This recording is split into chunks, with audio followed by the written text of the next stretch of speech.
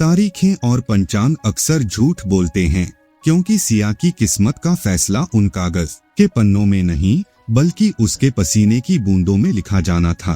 कहानी की शुरुआत किसी महकते उपवन से नहीं बल्कि एक टूटी हुई झोपड़ी के अंधेरे कोने से होती है, जहां खाली बर्तनों की गूंज शोर से कहीं ज्यादा डरावनी थी। सिया के पिता एक बीमार मजदूर थे और माँ दूसरों के खेतों में अपना खून सुखाती थी, पर अभावों के उस मरुस्थल में भी सिया की आंखों में सपनों का एक नीला समंदर हिलोरे ले रहा था। गांव के लोग कहते थे कि मिट्टी में पैदा होने वाले सितारों को छूने की हसरत नहीं पालते, पर सिया ने तय कर लिया था कि वह मिट्टी से सोना उगाने का हुनर सीख कर रहेगी। हाथों के छाले जब दर्द के बजाय ताकत बनने लगे, तब सिया ने अपने जीवन की सबसे बड़ी लड़ाई का आगाज किया। एक दोपहर जब गांव का साहूकार उसके पिता का अपमान कर रहा था, सिया की खामोशी एक भयानक तूफान में बदल गई। उसने साहूकार की आंखों में आंखें डालकर वादा किया कि वह न केवल अपना कर्ज चुकाएगी बल्कि इस गांव की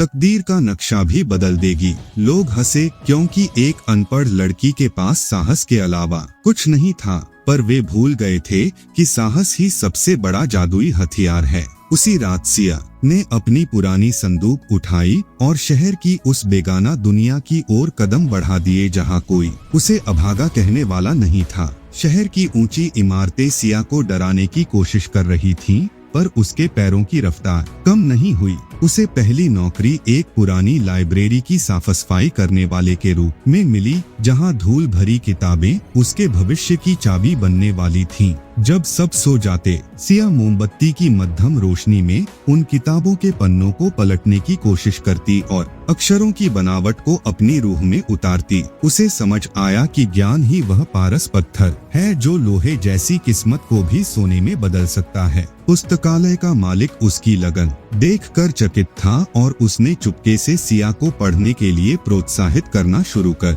दिया। समय का पहिया अपनी रफ्तार से घूम रहा था और सिया अब केवल सफाई कर्मचारी नहीं बल्कि शब्दों की बाजीगर बन चुकी थी। उसने अपनी छोटी सी बचत से कंप्यूटर कोर्स किया और तकनीक की दुनिया में कदम रखा, जहां जेंडर और गरीबी का कोई मोल नहीं था। रातों की नींद हराम हुई, आंखों के नीचे काले घेरे आए, पर उसकी कोडिंग और डिजाइनिंग की चमक पूरी कंपनी में फैलने लगी। उसे पहली बार एक बड़े प्रोजेक्ट का हिस्सा बनाया गया और सिया ने अपनी बुद्धिमानी से कंपनी को करोड़ों का मुनाफा दिलाया। उसकी वह मिट्टी वाली पहचान अब एक प्रोफेशनल पहचान में तब्दील हो चुकी थी, पर उसकी जड़ें अब भी गांव की उसी झोपड़ी में थीं। किस्मत का सबसे बड़ा इम्तिहान तब आया जब सिया को अपनी कंपनी के काम से वापस अपने ही गांव लौटना पड़ा, जहां एक बड़ी फैक्ट्री लगने वाली थी। गांव के वही लोग जो उसे कुलक्षणी कहते थे, आज उसके स्वागत के लिए फूल लेकर खड़े थे,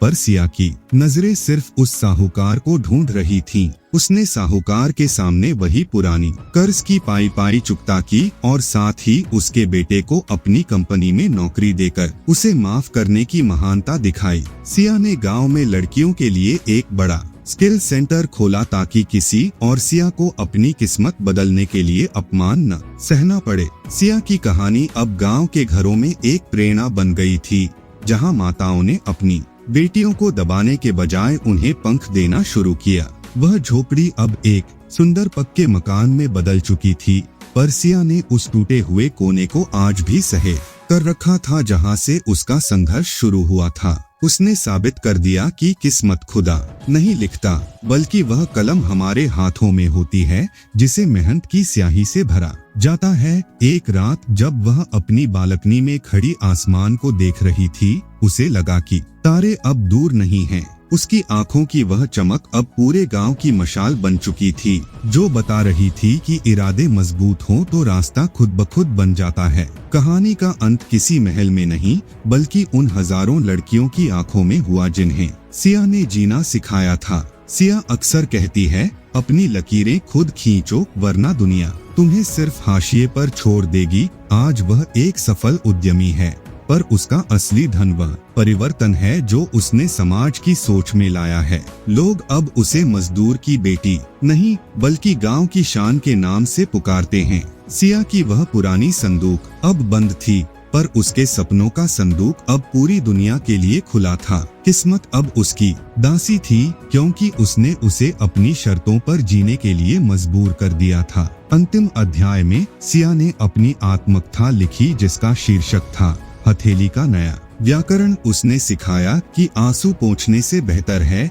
कि उन्हें अपनी आग का ईंधन बना लिया जाए। गांव की हर ढलती शाम अब सिया की सफलता की कहानियों से महकने लगी थी। वह लड़की जो कभी 2 जून की रोटी के लिए तरसती थी, आज पूरे राज्य की अर्थव्यवस्था को नई दिशा दे रही थी। सिया की यात्रा हमें याद दिलाती है कि संघर्ष लंबा हो सकता है, पर जब मंजिल मिलती है तो वह पूरे इतिहास को बदल कर रख देती है। उसकी मुस्कान में अब वह सुकून था जो केवल अपनी लड़ाई जीतकर ही हासिल किया जा सकता है। सिया ने अपने गांव के उसी पुराने बरगद के पेड़ के नीचे एक स्कूल बनवाया, जहां कभी उसे पढ़ने से मना किया गया था। उसने स्कूल की दीवार पर स्वर्ण अक्षरों में लिखवाया, शिक्षा वह जादू है जो गरीबी की बेड़ियां काट देता है। गांव के बुजुर्ग जो कभी उसके खिलाफ थे, आज अपनी पोतियों को उसके पास भेजते थे ताकि वे भी सिया जैसी बन सकें। उसकी चतुराई और मेहनत ने न केवल उसकी अपनी बल्कि सैकड़ों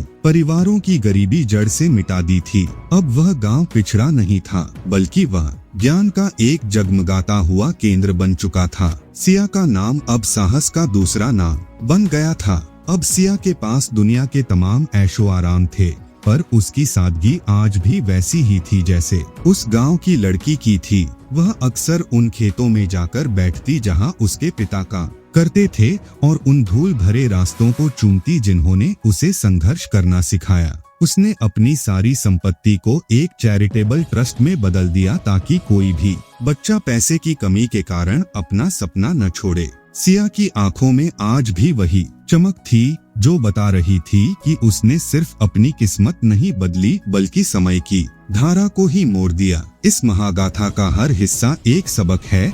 कभी हार मत मानो, क्योंकि गिरकर संभलने वाला ही सिकंदर कहलाता है। सिया अब एक अंतर्राष्ट्रीय वक्ता थी जो पूरी दुनिया की महिलाओं को सशक्त बनाने का संदेश दे रही थी। उसके माता पिता की आंखों के आंसू अब गर्व की चमक में बदल चुके थे, जो उनके जीवन की सबसे बड़ी कमाई थी। सिया ने यह स्पष्ट कर दिया कि सफलता का कोई शॉर्टकट नहीं होता। इसके लिए आपको जलना पड़ता है ताकि आप कुंदन बन सकें। उसकी किस्मत अब उसके पीछे पीछे चलती थी, क्योंकि उसने उसे अपनी मेहनत से पालतू बना लिया था।